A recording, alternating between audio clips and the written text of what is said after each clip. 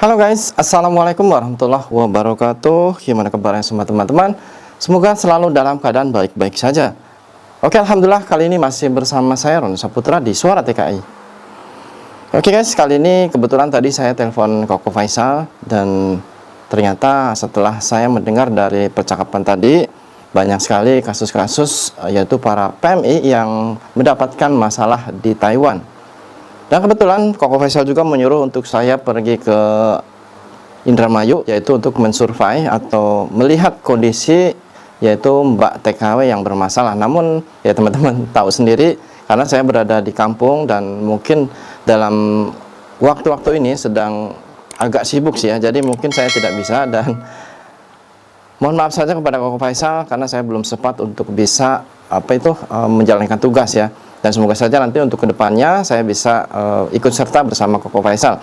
Oke, kali ini kita akan membahas lagi tentang perpajakan di bea cukai. Semoga saja teman-teman tidak bosan dengan konten masalah perpajakan, karena emang sekarang itu yang harus kita bahas terus, yaitu masalah perpajakan, yaitu demi membela hak-hak kita para PMI.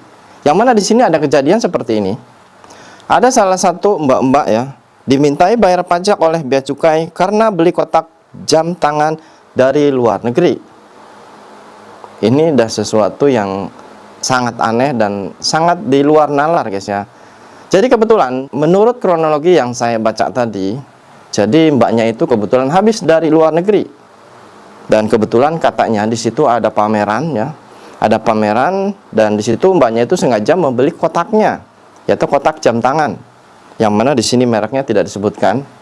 Dan selepas mungkin mbaknya itu membeli, sebuah pameran itu kan di luar negeri ya, nggak tahu di mana. Dan setelah dia pulang ke Indonesia, setelah di X-ray di bea cukai, ketika mbaknya itu mau pulang membawa tasnya, langsung saja ditahan oleh pihak bea cukai. Dan di situ pihak bea cukai langsung menahan mbaknya dan katanya mau memeriksa tasnya tersebut. Ya otomatis si mbaknya itu dengan perasaan tenang karena dia emang merasa tidak membawa barang-barang yang mahal ya. Jadi kata mbaknya, ya udah silakan mas, kalau mau diperiksa nggak apa-apa. Dan ketika saja kopernya dibuka ya, dan setelah di dalam dicari-cari, ternyata kecurigaan pihak bea cukai itu benar menurut dia ya. Karena pas ketika di X-ray itu ada kotak ya, ada sebuah kotak yang menunjukkan itu bermerek jam atau bermerek barang yang mahal. Setelah diperiksa dan akhirnya ketemulah kotak tersebut. Dan gak tanggung-tanggung seperti biasa pihak bea cukai menanyakan, ini jam tangan beli dari mana? Kata mbaknya, ya saya beli waktu ada pameran di luar negeri. Dan ketika saja pihak bea cukai itu menanyakan, ini emang waktu itu beli berapa? Dan sontak saja si mbaknya ini menanyakan, ini nggak ada isinya pak, saya hanya membeli kotaknya saja. Dan di situ pihak bea cukai tidak merasa percaya ya, kurang puas dia sampai menanyakan, masa Anda cuman membeli kotaknya saja? Coba saya meminta invoice. Jadi invoice itu seperti nota pembelian ya. Dan si mbaknya itu langsung ngomong, lah ini emang kotaknya saja, nggak ada isinya gitu loh. Dan setelah diperiksa-periksa, mungkin melihat daftar dari merek harga jam tangan tersebut, ternyata barang tersebut bernilai hampir 100 juta rupiah guys. Itu jam tangannya itu. Namun karena emang si mbaknya itu emang dia cuma membeli ataupun mungkin gimana ya, hanya kotaknya saja, si pihak bea cukai pun tetap ngotot menanyakan di mana barangnya ini. Jadi di sini coba menurut teman-teman gimana ya, kok pihak bea cukai itu sampai ngotot ini barangnya kemana gitu loh. Terus pihak bea cukai itu ngerasa nggak percaya sampai menyuruh mbaknya ini pergi ke ruangan custom. Ya biasa untuk diintegrasi ya. Karena si mbaknya itu nggak mau diajak ke ruangan tersebut, si mbaknya itu langsung ngomong ke pihak bea cukai bahwa saya emang membeli kotaknya aja, tapi nggak ada isinya. Namun karena pihak bea cukainya itu ngotot meminta pajak, dan si mbaknya juga ngotot bahwa dia cuma membeli kotaknya aja, ya terpaksa si pihak bea cukai itu sampai menahan kotak jamnya tersebut guys, ditahan. Jadi ya udah, mungkin dikiranya emang mbaknya itu membeli jam tangannya ya. Dan akhirnya ya udah Pak, kalau emang mau ditahan aja, toh itu cuma kotak doang. Dan akhirnya kotak tersebut dikasihlah sama bea cukai dan si mbaknya langsung bisa keluar. Dari kisah ini, coba menurut kita pikiran secara sehat ya, secara normal lah.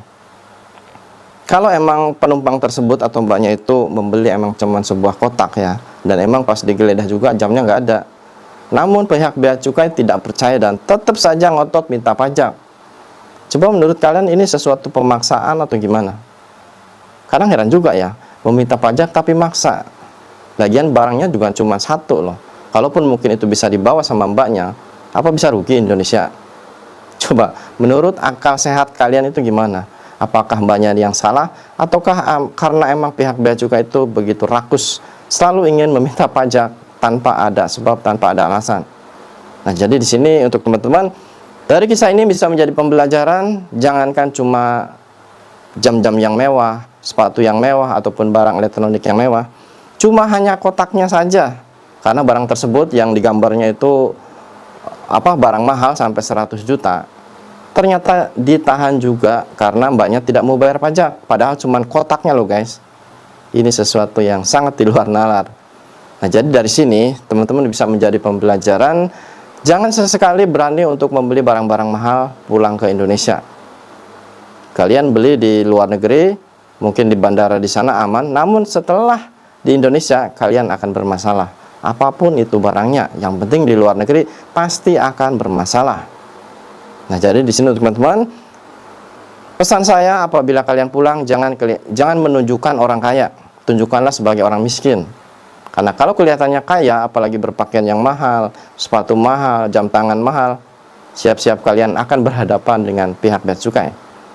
Semoga bermanfaat. Saya Run Saputra, Suara TKI.